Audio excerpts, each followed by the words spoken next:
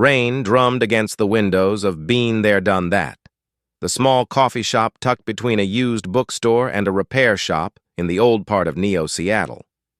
Emma Torres wiped down the counter for the third time that hour, her eyes drifting to the clock that seemed frozen at 2:30 in the afternoon. Tuesday shifts were always slow, especially when the weather turned gray and ugly like this.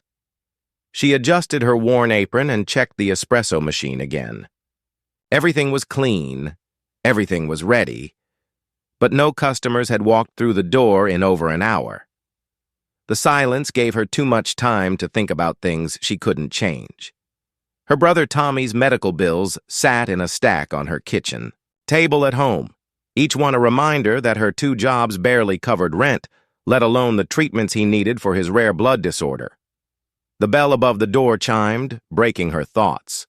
A man stepped inside, shaking droplets from what looked like the most expensive coat Emma had ever seen. He was tall, maybe 6.5 feet, with dark hair and the strangest eyes she'd ever encountered.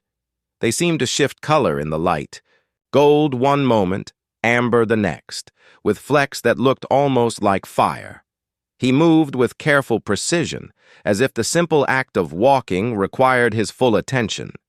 His gaze swept the small shop like he was memorizing every detail, from the mismatched chairs to the hand-painted menu board behind the counter.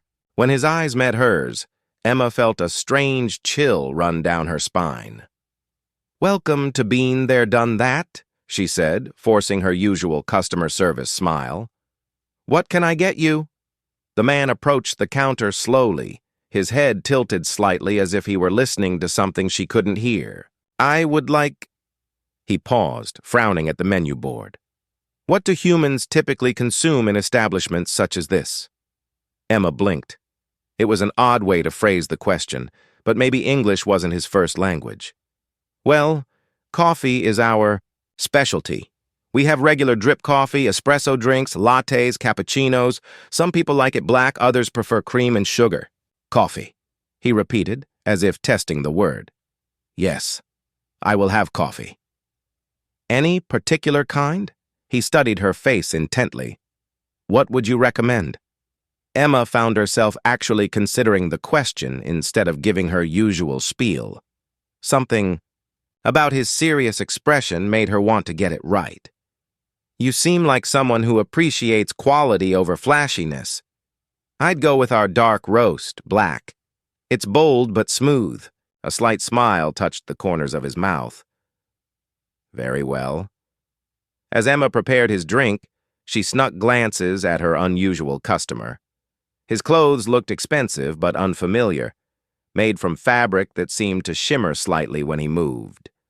No logos or brands she recognized. His posture was perfectly straight, hands clasped behind his back like someone accustomed to being watched and judged. She slid the cup across the counter. "That'll be $3.50. The man reached into his coat and pulled out what looked like a small crystal, deep blue with veins of silver running through it. He placed it on the counter between them. Emma stared at the object. It was beautiful, clearly valuable, but it wasn't money, at least not any kind she'd ever seen. "I'm sorry, but I can't accept that. We only take cash or cards." Confusion flickered across his features. He picked up the crystal and examined it as if it might have transformed into something else while sitting on the counter. "This is currency." "Not here it isn't."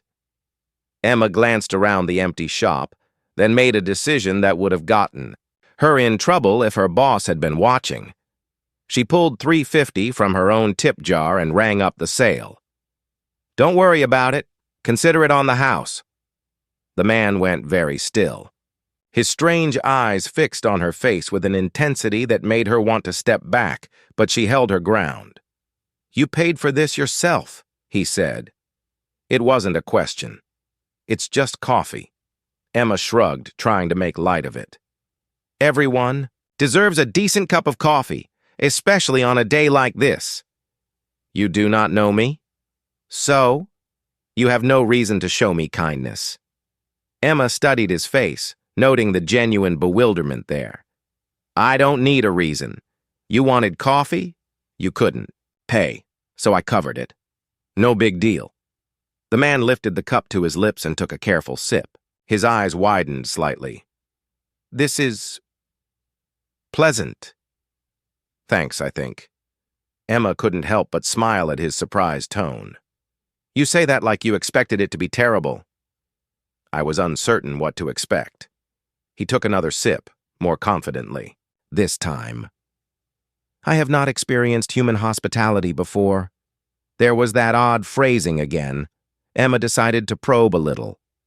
Are you new to the city? Your English is perfect, but you talk like you're not from around here. I am visiting, he said after a pause. Learning about human customs. Well, you picked an interesting place to start. Most people don't come to coffee shops to study anthropology. Something that might have been amusement flickered in his eyes. Perhaps that was an error in judgment. No, I think you got it right. Coffee shops are perfect for people watching. You see all kinds here. Students cramming for exams, business people making deals, couples on first dates, old friends catching up. It's like a little cross-section of humanity. The man nodded slowly, as if filing this information away. And what about you? What brings you to this cross-section of humanity? I work here, Emma said with a laugh. Not much mystery there, though. I guess everyone has their story, right? I'm saving up to help my brother with some medical bills. Nothing glamorous, but it's honest work. Your brother is ill? Something in his tone made her look at him more carefully. There was concern there, genuine and immediate. He has a rare blood disorder. The treatments are expensive, but he's getting better. She didn't know why she was sharing personal details with a stranger, but something about his serious attention made the words come easily. The man finished his coffee and set the cup down carefully. Thank you, he said, and the simple words carried a weight that seemed disproportionate to a $3 coffee. Thank you for brightening up my slow afternoon, Emma replied. I hope you learned something useful about human customs. More than I expected, he said quietly. He headed for the door, then paused and turned back. I will return tomorrow if that is acceptable. Of course. Same time, same coffee? Yes. He opened the door, then looked back one more time. My name is Reth. Emma. Emma Torres. Emma Torres, he repeated as if committing it to memory.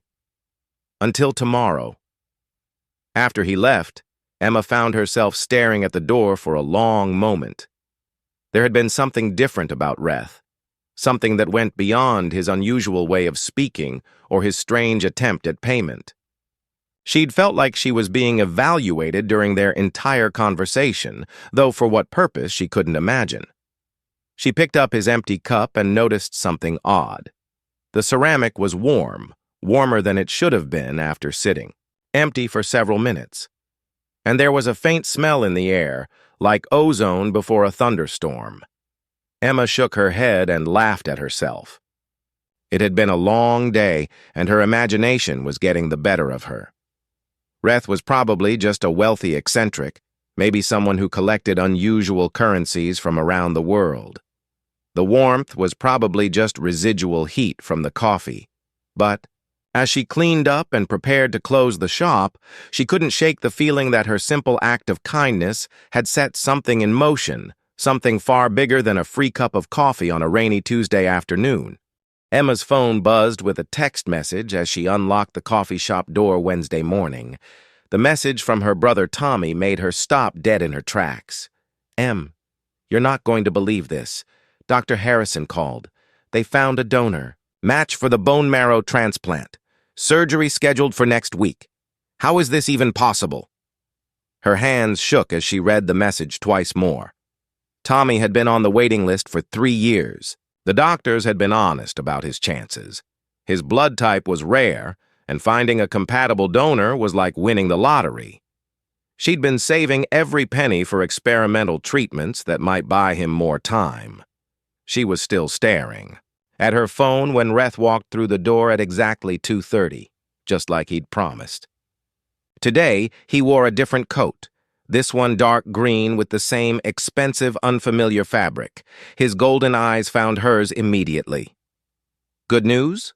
he asked, noting her expression. Emma looked up, startled. "I'm sorry. What? You appear pleased about something." "Oh." She tucked her phone away and moved behind the counter. "My brother just got some really good news about his treatment. It's kind of miraculous, actually." "Miraculous," Reth repeated thoughtfully. "Same coffee as yesterday?" "Coming. Right up." Emma busied herself with the espresso machine, trying to process the morning's developments. As she worked, she found herself talking, partly to Reth and partly to herself. 3 years we've been waiting for this. 3 years of watching him get weaker, of trying every treatment the doctor suggested. And now, out of nowhere, a perfect match shows up. She slid his coffee across the counter. Reth had exact change this time. Normal human money that he counted out carefully, as if he wasn't entirely familiar with the denominations. "Fortune can change quickly," he said, accepting the cup. "Do you believe in fate?" Emma considered the question. "I believe in hard work and helping each other out. But sometimes," she gestured vaguely, "sometimes things happen that you can't explain." Reth settled into the same chair he'd occupied yesterday, near the window but positioned so he could watch the entire shop. "Tell me about your brother." It was an odd request from someone she'd just met, but something about Reth's serious attention made her want to answer. "Tommy's 5 years younger than me. He's been sick since he was 15. Used to want to be an astronaut before the diagnosis." She smiled sadly. "Still does, actually. He follows all the space program news, reads about the new colonies, the alien contact protocols. He'd love to meet someone from off-world someday." "And you? What do you want?" Emma paused in her cleaning to look at him. "I want my brother to get well. I want to make sure he has every chance at the life he dreams about. Everything else is secondary." "Everything?" "Pretty much." She laughed, but there was no humor in it. "I know that probably sounds pathetic to someone like you. You obviously have money, education, opportunities, but when someone you love is dying, your priorities get really simple really fast." Reth was quiet for a long moment, studying her face. "What makes you assume I have opportunities?" "Your clothes, for one thing. The way you carry yourself. You talk like someone who's used to being listened to." Emma shrugged. "Plus, you're here, in the middle of the afternoon on a Wednesday, asking philosophical questions instead of being at work. Either you're unemployed, or you don't have to worry about money. Perhaps I am conducting business? In a coffee shop in the old district? Perhaps my business is more unusual than most." Before Emma could ask what he meant, the door chimed again. 3 men entered, and Emma's good mood evaporated instantly. She recognized the type. Expensive suits that didn't quite hide their aggressive postures, faces that had seen too many fights, eyes that cataloged exits and weaknesses automatically. The leader, a man with graying temples and scars on his knuckles, approached the counter. "Coffee shop's closed," he announced without looking at Emma. "Actually, we're open until 6, Emma said, keeping her voice steady. "What can I get you?" "You can get smart," the man said, finally focusing on her. "We're here to discuss your rent situation with Mr. Chen." Emma's stomach dropped.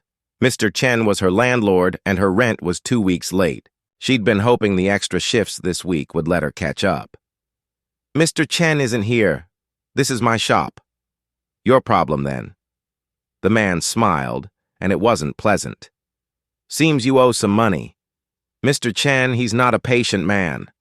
Emma was aware of Reth still sitting at his table, perfectly motionless. Something about his stillness made the hair on her neck stand up. "I'll have the rent by Friday," she said. "Full payment plus late fees." "See, that's where you're wrong." The man leaned across the counter. "Mr. Chen decided he wants new tenants. Ones who pay on time. You got until tomorrow to clear out." "That's illegal," Emma said. You can't just evict someone without proper notice. The man laughed. You want to call the cops? Go ahead. But accidents happen to people who make trouble, especially people with sick family members. Emma went cold. The threat was unmistakable, and these men clearly knew about Tommy. She opened her mouth to respond, but Reth spoke first. Gentlemen. His voice was quiet, but something in it made all three men turn toward him. You are disturbing the peace of this establishment. The leader sized up Reth and apparently decided he wasn't a threat. This doesn't concern you, friend. Finish your coffee and move along. Reth stood up slowly. Emma noticed that he seemed taller than he had yesterday, and there was something different about his eyes. They looked brighter, more intense, and she could have sworn she saw flecks of actual fire in them. I am making it my concern, Reth said calmly. Big mistake. The leader started to reach inside his jacket, but suddenly stopped. His hand was frozen halfway to whatever weapon he carried, and his face had gone pale. What the hell? You will leave, Reth said, and now his voice carried an undertone that seemed to resonate in Emma's bones. You will not return. You will inform Mr. Chen that this establishment is under protection and that he would be wise to reconsider his position regarding Miss Torres's tenancy. The three men were backing toward the door now, fear naked on their faces. Emma couldn't understand what was happening. Reth hadn't moved from where he stood, hadn't threatened them, hadn't even raised his voice. But something was terrifying. Them. You don't know who you're messing with, the leader managed to say, but his voice shook. I know exactly who I am dealing with, Reth replied. The question is whether you do. The men fled. Emma heard their footsteps running down the street, and then silence fell over the coffee shop like a blanket. What just happened? Emma asked weakly. Reth turned to her, and his eyes were normal again, just unusual gold instead of the burning intensity she'd glimpsed moments before. You were threatened. I intervened. How? You didn't even touch them. Sometimes touching is unnecessary. Reth returned to his table and picked up his coffee as if nothing had happened. You should not have to choose between your brother's health and your livelihood. Emma stared at him. Who are you? Someone who appreciates good. Coffee, he said mildly, and someone who dislikes bullies. That's not an answer. Reth met her eyes. It is the only answer I can give you right now. Emma's phone buzzed again. This time it was her landlord. Emma, so sorry about the confusion. My associates were overzealous. Your rent is fine. Take all the time you need. Also, I'm reducing it by half starting next month. You've been a good tenant. She showed Reth the message. This is you, isn't it? The donor for Tommy, the rent situation. This is all you. Would that trouble you? Emma thought about it. I should probably be insulted. I don't need charity. It is not charity. Then what is it? Reth finished his coffee and stood to leave. It is investment, he said quietly, in someone who paid for a stranger's coffee. I don't understand. You will, he said, heading for the door. Tomorrow, same time. Emma nodded, too confused to do anything else. After he left, she sat down heavily in the chair he'd vacated. It was still warm, she noticed, and that same faint smell of ozone lingered in the air. Whatever Reth was, whatever he wanted, one thing was becoming clear. Her simple life was about to become very complicated. Emma arrived at the hospital Thursday morning with flowers and Tommy's favorite breakfast sandwich from the deli down the street. She found her brother sitting up in bed, looking better than he had in months. His color was good, his eyes were bright, and for the first time since his diagnosis, he looked like he might actually believe he was going to live. The donor is flying in from somewhere overseas, Tommy told her excitedly. Dr. Harrison said, the genetic match is so perfect it's like finding an identical twin. He's never seen anything like it. Emma set the flowers on his bedside table and tried to look surprised. That's amazing news. Em, are you okay? You look worried. She was worried, but not about his surgery. Ever since yesterday's confrontation with the rent collectors, she'd been thinking about Reth. The way those men had reacted to him, the impossible timing of Tommy's donor match, the sudden change in her landlord's attitude. None of it made sense unless Reth was far more than he appeared to be.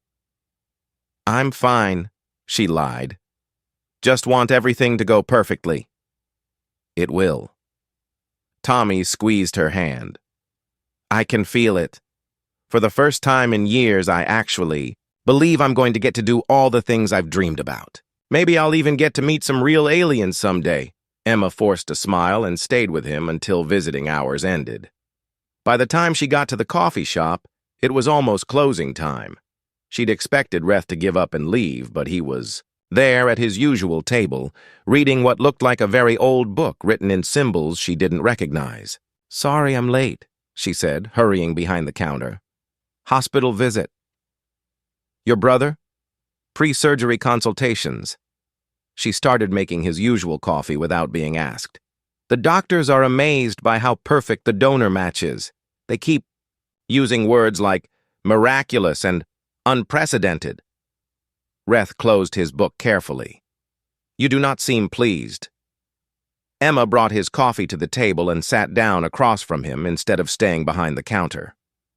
"I need you to tell me the truth. About the donor, about my landlord backing off, about what happened yesterday with those men. Who are you really?" Reth regarded her steadily for a long moment. "That is a complicated question." "I've got time. What would you say if I told you I was not human?" Emma had been expecting something unusual, but that caught her off guard. "I'd ask for proof." Reth extended his hand across the table, palm up. As Emma watched, his skin began to change. Scales appeared, deep emerald green with gold edges, spreading. Up from his fingertips, his fingers elongated slightly, and she could see sharp points where his nails should be. "This is my natural form," he said quietly. "Or part of it. My true shape would not fit in your establishment." Emma stared at his transformed hand, her mind racing. "You're one of them. One of the aliens from the Federation. I am Drakmori, what humans call dragons." The scales faded, and his hand returned to normal. "I rule the Drakmori Empire." "Rule?" Emma's voice came out as a squeak. "I am Emperor Reth Corvani, third of that name, sovereign of the Drakmori Empire, protector of 47 star systems."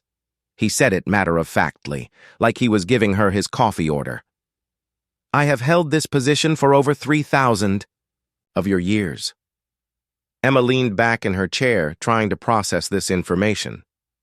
"An alien emperor has been coming to my coffee shop." "Yes." "Why?" Reth picked up his coffee and took a careful sip before answering. "I am dying, Emma Torres. You look fine to me. My body will endure for many more centuries, but my empire will not. It is rotting from within, corrupted by time and complacency. My people have grown arrogant and cruel. They see other species as tools to be used rather than beings to be respected. I have tried to change this, but I am too much a part of the old ways. They listen to my words, but ignore their meaning." Emma tried to wrap her head around what he was telling her. "What does this have to do with me?" "I need an heir. Not a child of my blood, but someone who can lead my people towards something better. Someone who understands that true strength comes from protecting others, not dominating them." He met her eyes. "Someone who would pay for a stranger's coffee." "You're not serious. I have searched the galaxy for decades, looking for someone worthy of inheriting the power to reshape civilizations. I have tested warriors and diplomats, scholars and merchants. All of them failed." "Because they didn't buy you coffee?" Reth shook his head. "Because when they learned who I was, they immediately began calculating what they could gain. You learned who I was and asked what I needed." Emma laughed, but there was no humor in it. "This is insane. I'm a barista from Seattle. I don't know anything about ruling empires." You know about sacrifice. You know about protecting those who cannot protect themselves. You know about making difficult choices for the good of others. Reth leaned forward. These are the qualities that make a true leader. Even if that were true, I can't just abandon my life here. I have Tommy to think about, responsibilities. Your brother's surgery will be successful. The donor tissue is from my personal physician, a Drachmori with regenerative abilities. Tommy will not only be cured, he will be stronger and healthier than he has ever been. Reth paused. He will also live for several centuries. As will you, if you accept my offer. Emma stared at him. You're asking me to become an alien. I am asking you to become something more than human, yes, but you would retain your essential nature, your memories, your connection to your species.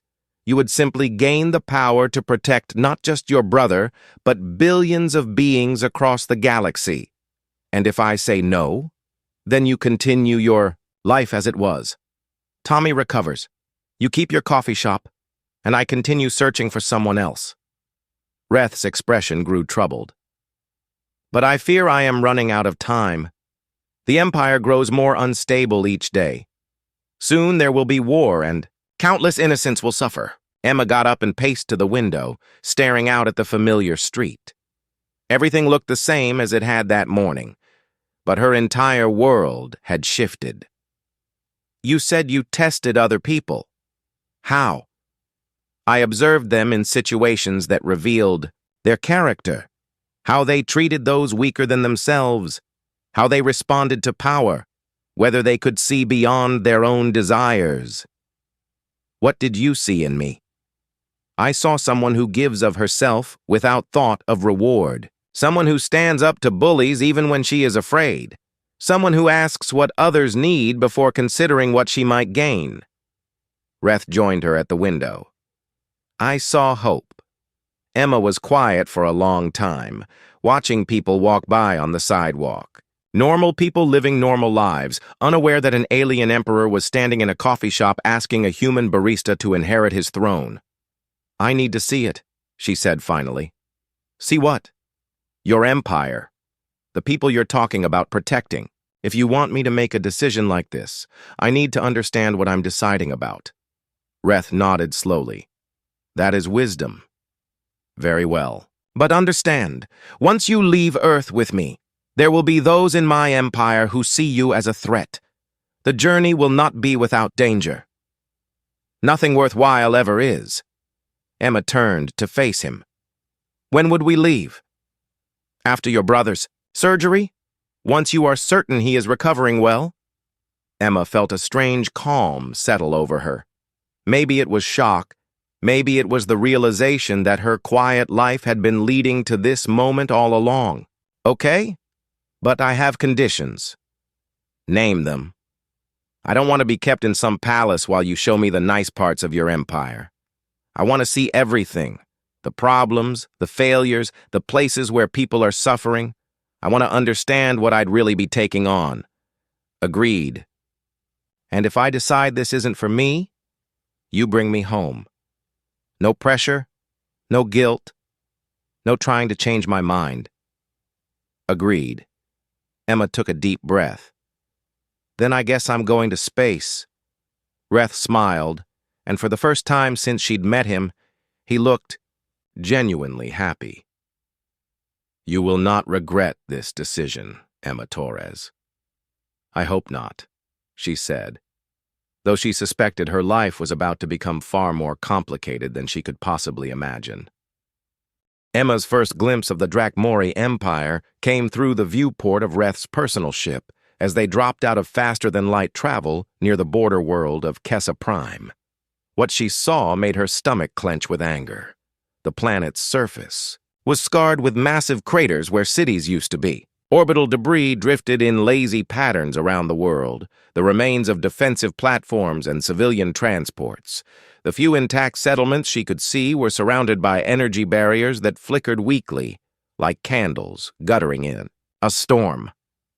Raiders hit them 6 months ago, Reth explained, his voice carefully neutral. The local governor requested assistance from the Imperial fleet. And Lord Vex Ani decided the world was not strategically important enough to defend.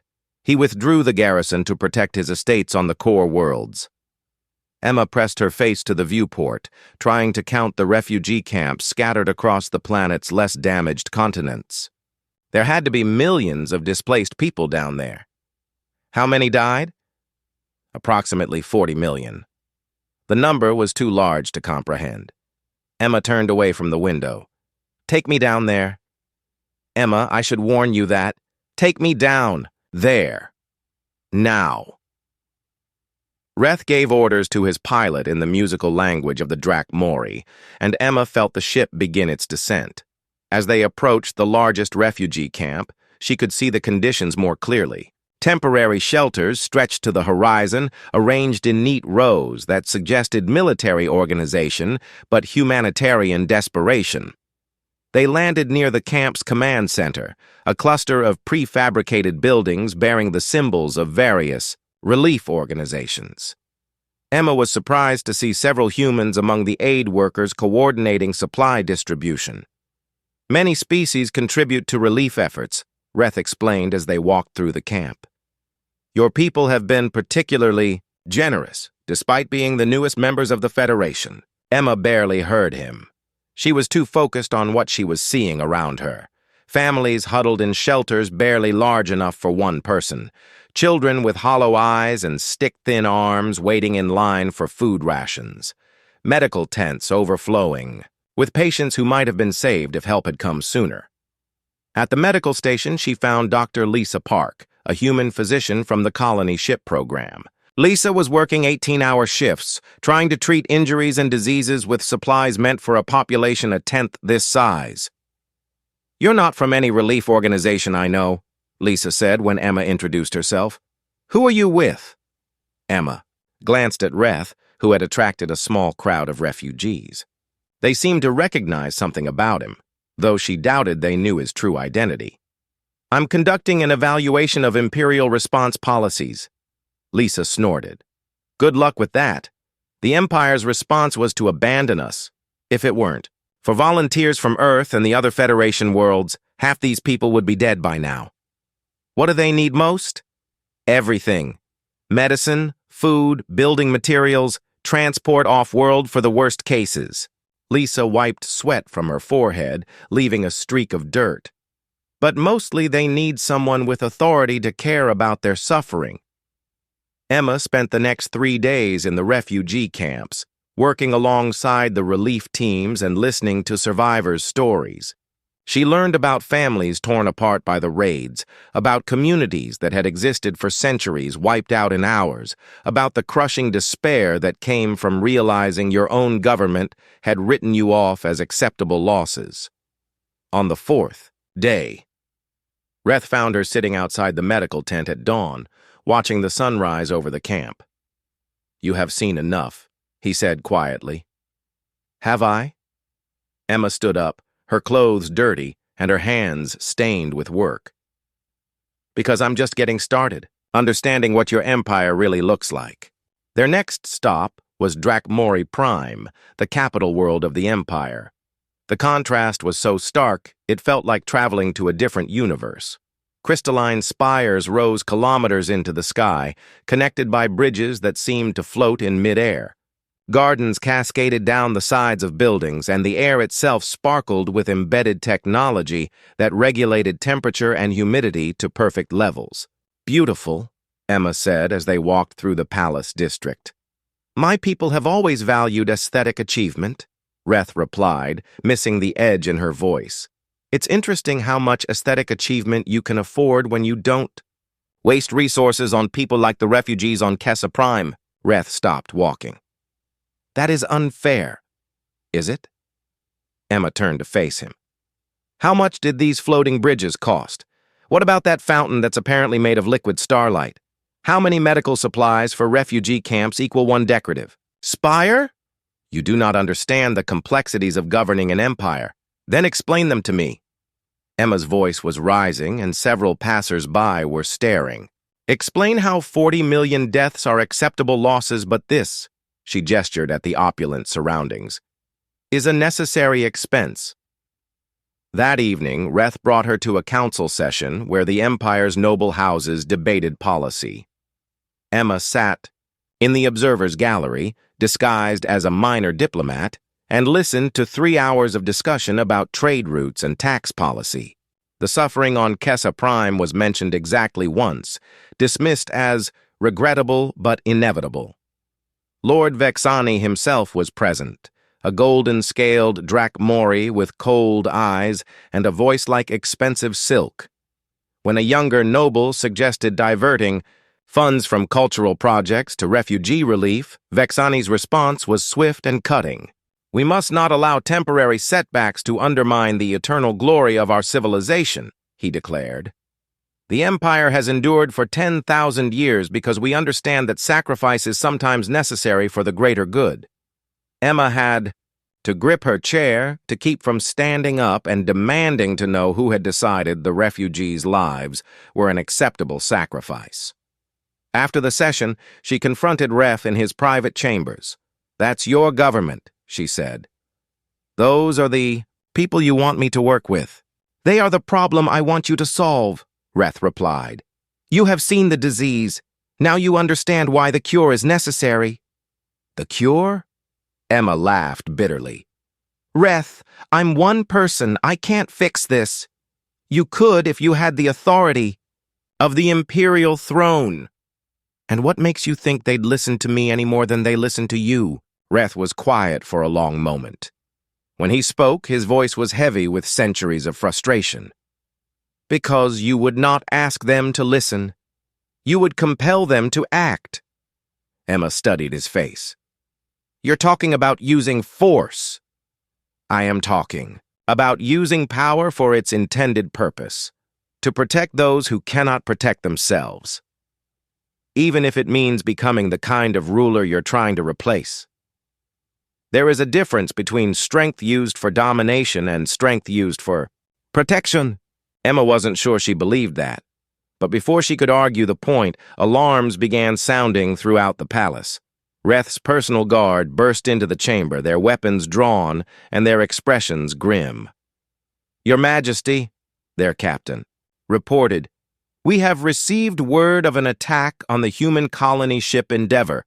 It appears to be the same raiders who struck Kessa Prime." Emma felt her blood turn cold. "How many people?" 50,000 colonists, mostly families. The ship was bound for the frontier sectors. Reth turned to Emma, and she could see the pain in his eyes. "This is what happens when strength is not used to protect the innocent." "What are you going to do about it?" "I am going to mobilize the Imperial fleet and hunt down these raiders." His voice carried the weight of absolute authority. "But it will take time to assemble the necessary forces, and the Council will debate the cost and strategic value." Emma felt something snap inside her. Debate? While 50,000 people are being slaughtered? The Imperial bureaucracy moves slowly by design. It prevents rash decisions. It also prevents necessary ones. Emma was already moving toward the door. "Where's the nearest military base?" "Emma, what are you planning?" "I'm planning to do something instead of talking about it." She stopped and looked back at him. "You want to know if I can lead? Then watch me lead." An hour later, Emma stood in the command center of the nearest Imperial naval base, facing a room full of Drakmori officers who clearly had no idea what to make of her. Captain Thane, the base commander, had reluctantly agreed to meet with her only because she carried Reth's personal seal. "The Endeavor is 3 days away at maximum speed," Emma said without preamble. "How many ships can you have ready to launch in the next hour?" Captain Thane's scaled brow furrowed. "I would need authorization from the Imperial Council to—" "The Imperial Council will spend 3 days debating while those colonists die." Emma stepped closer to the tactical display showing the Endeavor's last known position. "I'm asking you as a military officer, can you save those people?" "Tactically, yes, we have a fast attack squadron on standby. But without proper authorization, I'm giving you authorization. Emma turned to face the room full of officers. I'm acting under the direct authority of Emperor Reth Corvani. Those people are under Imperial protection, and they're going to die unless we act now. You are human, one of the officers said, his tone making it clear what he thought of that fact.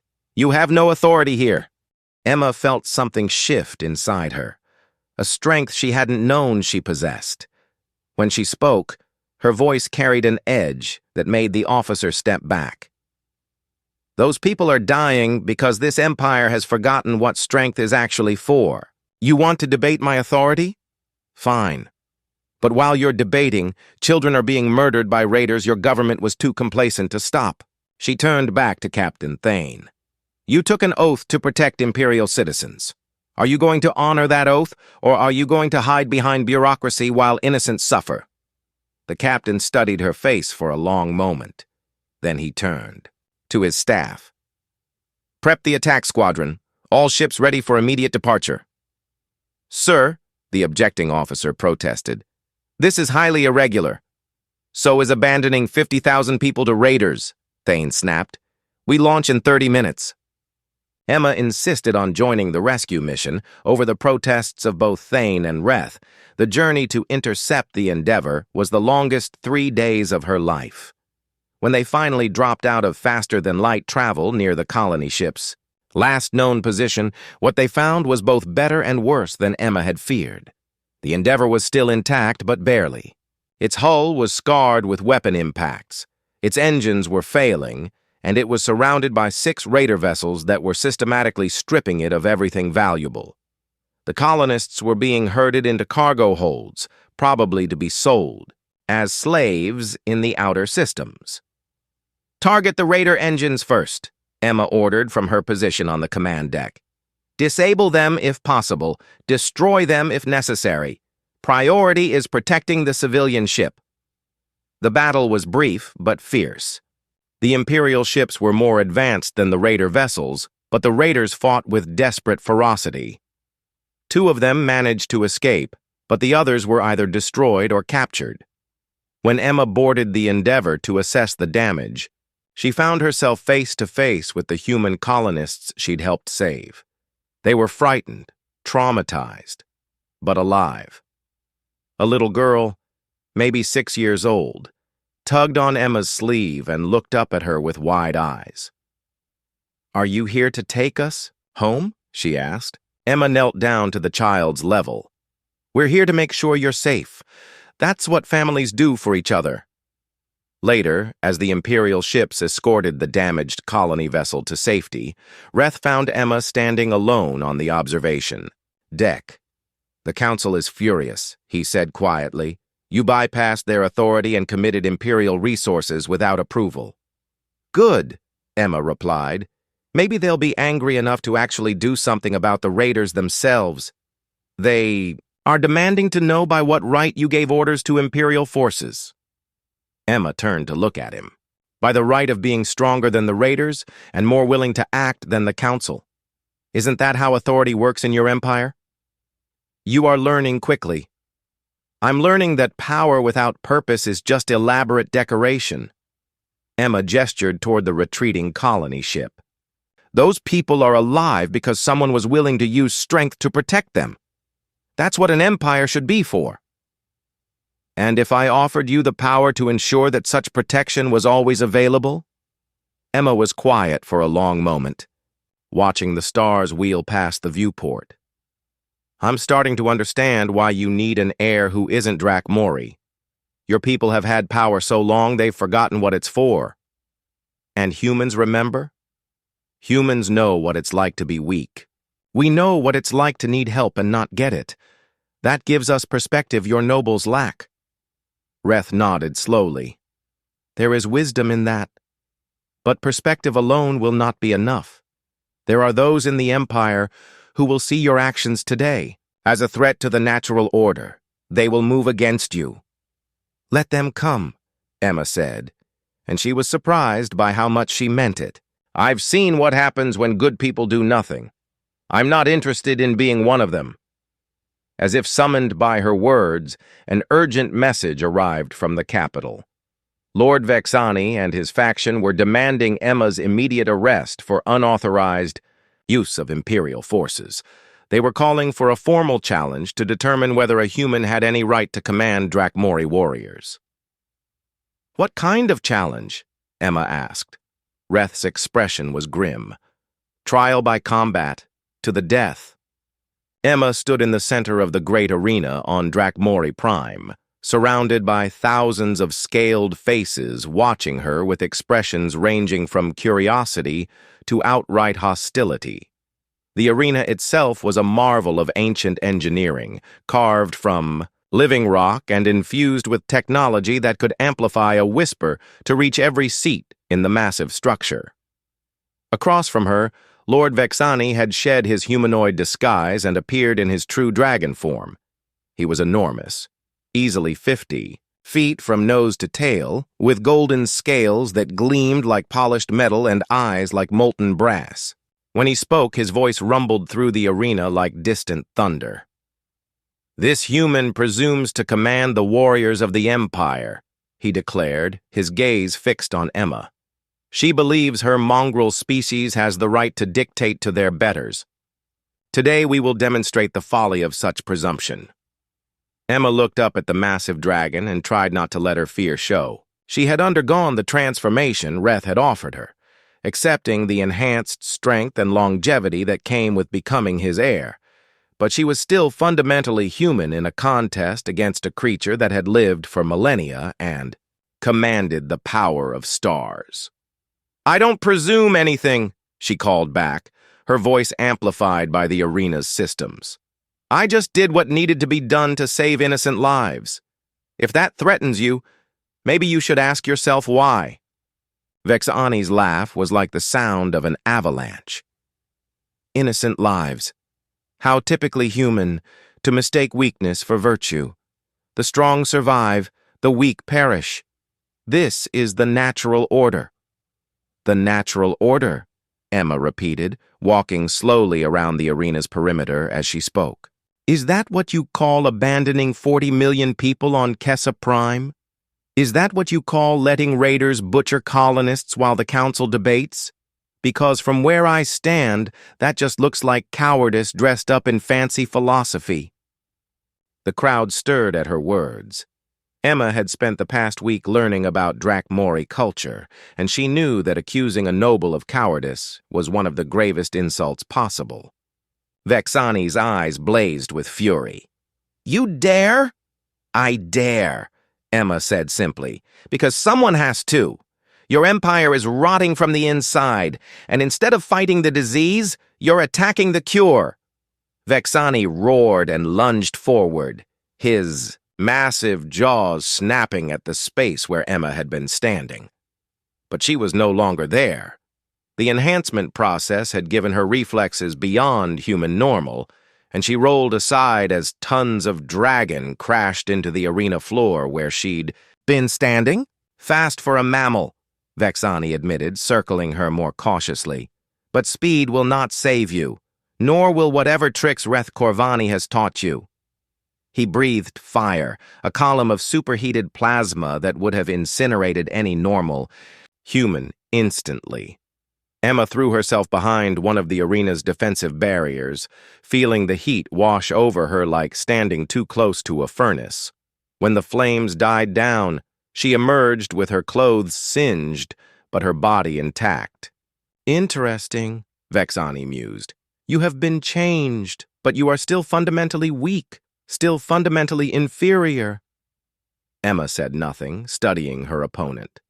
Vexani was powerful, but he was also arrogant. He expected her to cower, to run, to play the role of the terrified lesser being. Instead, she did something that shocked everyone in the arena, including herself. She walked straight toward him. "What are you doing?" Vexani demanded, rearing back in confusion. "Something you've forgotten how to do," Emma replied, continuing her steady advance. "I'm choosing to be strong for someone other than myself." She thought about the refugees on Kessa Prime, about the colonists on the Endeavor, about her brother Tommy back on Earth, who was probably watching this broadcast with his new friends from the university. She thought about all the people throughout the Empire who were suffering while nobles like Vexani played power games. When she was close enough to touch the dragon's massive foreleg, Emma stopped. You want to know what makes humans different from Drakmori? We know what it's like to be helpless. We remember what it feels like to need help and not get it. That means when we have power, we actually know what to do with it. Pretty words, Vexani snarled, lowering his head to bring his face level with hers. But words will not save you. No, Emma agreed. But this will. She reached out and placed her hand on the dragon's snout. For a moment, nothing happened. Then, incredibly, Vexani began to shrink.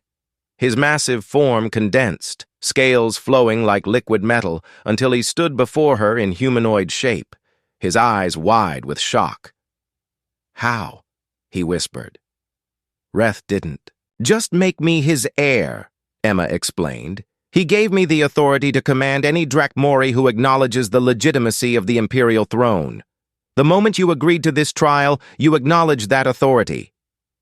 The arena was completely silent. Emma could hear her own heartbeat in the sudden stillness. You could kill me now, Vexani said quietly. I am powerless to stop you. Emma studied his face. For the first time since she'd met him, the arrogant noble looked genuinely afraid. I could, she agreed, but I won't. Why? Because killing you doesn't solve the problem. It just makes me another tyrant with a different agenda. Emma stepped back, giving him space.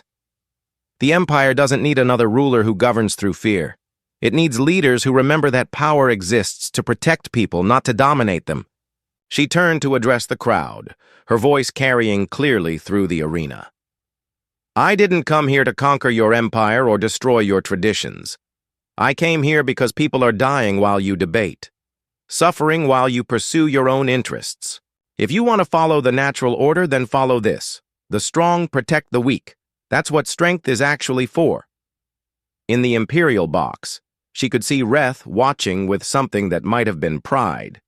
Around the arena, the crowd was murmuring, debating, processing what they had just witnessed.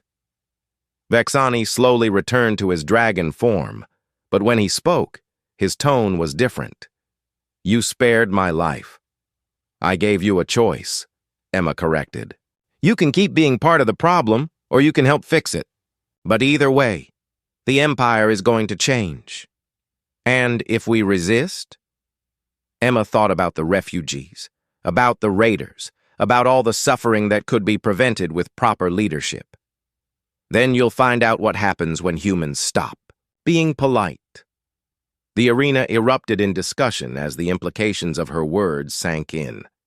Emma had done more than win a trial by combat. She had demonstrated a fundamentally different approach to power, one that combined strength with mercy, authority with responsibility. Over the following months, the Empire began to transform. Emma established rapid response fleets to deal with raiders and natural disasters. She created councils that included representatives from non-Drakmori species.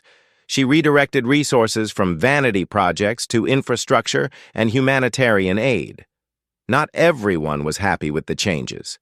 There were attempts at rebellion, political maneuvering, and occasional challenges to her authority. But Emma had learned something important about power. It wasn't about being the strongest or the most feared. It was about being the person others chose to follow because they trusted you to do the right thing. The coffee shop on Earth became her unofficial embassy, a place where anyone could bring problems that needed solving. She kept the same hours, served the same dark roast, and listened to the same kinds of stories she'd always heard. The only difference was that now she had the power to actually help. Tommy visited often, marveling at his sister's transformation from barista to empress. Do you ever miss the simple life? He asked during one of his visits. Emma looked around. The familiar shop, then up at the stars visible through the window. Every day, she admitted. But then I remember why I made this choice. The people you're helping? The people we're all helping. Emma smiled at her brother. Turns out the best way to change the galaxy is the same as running a good coffee shop. You treat everyone with respect, you help when you can, and you remember that everyone has a story worth listening to. Outside, the lights of human and alien ships moved across the night sky, carrying aid to distant worlds and bringing back news of a galaxy slowly learning to be better. It wasn't perfect, and it never would be, but it was progress, and sometimes that was enough. Emma Torres, barista turned empress, poured herself a cup of coffee and settled in to listen to the next person who needed help. After all, everyone deserved a decent cup of coffee, and everyone deserved someone willing to fight for them. The dragon's choice had been to find an heir who understood that true strength lay not in domination, but in service. In a small coffee shop in Neo-Seattle, he had found exactly what the galaxy needed. Someone who paid for a stranger's coffee not because she had to, but because it was the right thing to do. And sometimes, the right thing to do can change everything.